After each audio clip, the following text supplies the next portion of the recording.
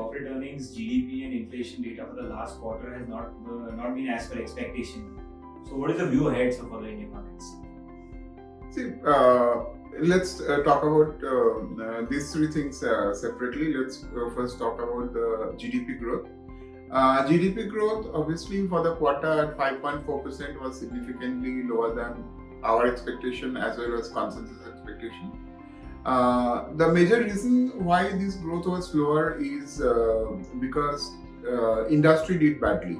If you look at agriculture, if you look at services, they did reasonably well. Even within industry, construction with more than 7% growth did well. So it's basically mining, manufacturing, and utilities, electricity, water supply, all those things, which did badly. This was partly because the base for the same quarter last year was very high, about 13% growth, and also the weather disturbances which resulted mining and thereby raw material for manufacturing and coal for electricity production. So all these factors resulted in this lower growth. Also, technically, there is a factor which brought down the GDP growth for the quarter significantly. As you know, India calculates GDP in two ways. One is the supply side, which is agriculture, industry, services, and the other is the demand side, which is private consumption, government consumption, investment, and net exports. Now, ideally speaking, these two sides should match. In fact, there should be a slight difference to the extent of indirect taxes, net of subsidies. But never in any country this supply side and demand side matches totally, because the way you collect data from different sources for the supply side and demand side, they will never give you exactly the same figure. Now, the difference between the demand side and supply side GDP is called discrepancy. Generally, discrepancy is a small term, but this time discrepancy has been minus 70,000 crore.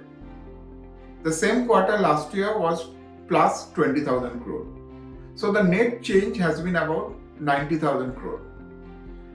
Now, if you look at quarterly GDP of India, ballpark, it's about 45 trillion or 45 lakh crore. So 90,000 is 2% of 45 lakh crore. So 2% of the GDP growth has been impacted because of discrepancy. If you knock off discrepancy, your GDP growth for quarter ending September 2024 was 7.5%. Now, why this discrepancy happens? Because government is publishing this data in November, data pertains to up to September. So government does not, the quality of data, the returns which government receive within this period, within less than 2 months, is often not of very high quality. As and when time passes, government revises this data, and generally the extent of discrepancy goes down. It never becomes zero. So our sense is that subsequently when this data is revised, this growth number will come better.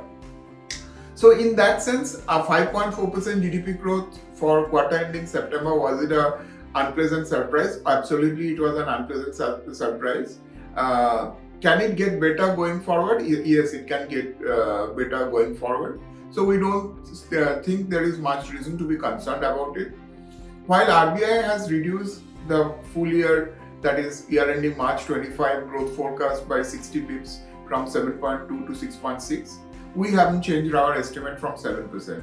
Partly because we are seeing through this kind of technical difference, and also in terms of high frequency data, whether it's petrol consumption, whether it's toll collection, whether it's GST collection, whether it's airport traffic, all this data are showing that the second half is going to be better than the first half.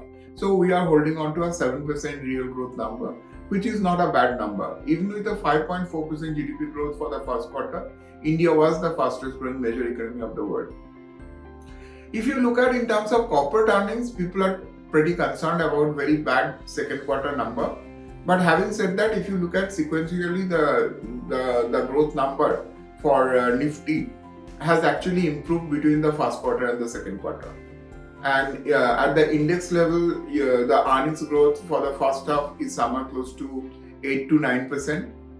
And this is because only one sector, oil and gas. If you knock off oil and gas, the Nifty earnings growth for the first half is in teens. So therefore,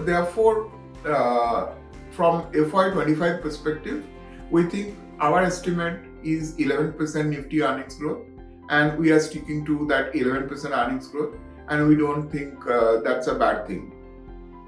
Lastly, about the correction in the market, we always say that market in the short term, that is up to 1 year, moves by factors such as news flows, events, sentiments, which are hard to predict. And that's why we always say we cannot time the market and we cannot predict the market in the short term. But from a medium to longer term perspective, there are only 5 things which moves the market in a major way. These are macroeconomic factors, corporate earnings, corporate valuation, domestic liquidity, and foreign liquidity. Out of these 5, at least 3 are in a pretty good shape. We think macro is in a good shape. We think domestic liquidity is in a good shape. And after this 10% correction you mentioned, even the valuation, especially for the large cap, are in good shape. How the earnings will behave, how the FI flows will behave, those remain risk factor, but never 5 out of 5 factors are positive. So 3 out of 5 factors are in the positive territory, means we are in a good shape, and from a 12-month perspective, we still see Nifty delivering a return between 10 to 12%, which is pretty much in line with long-term average.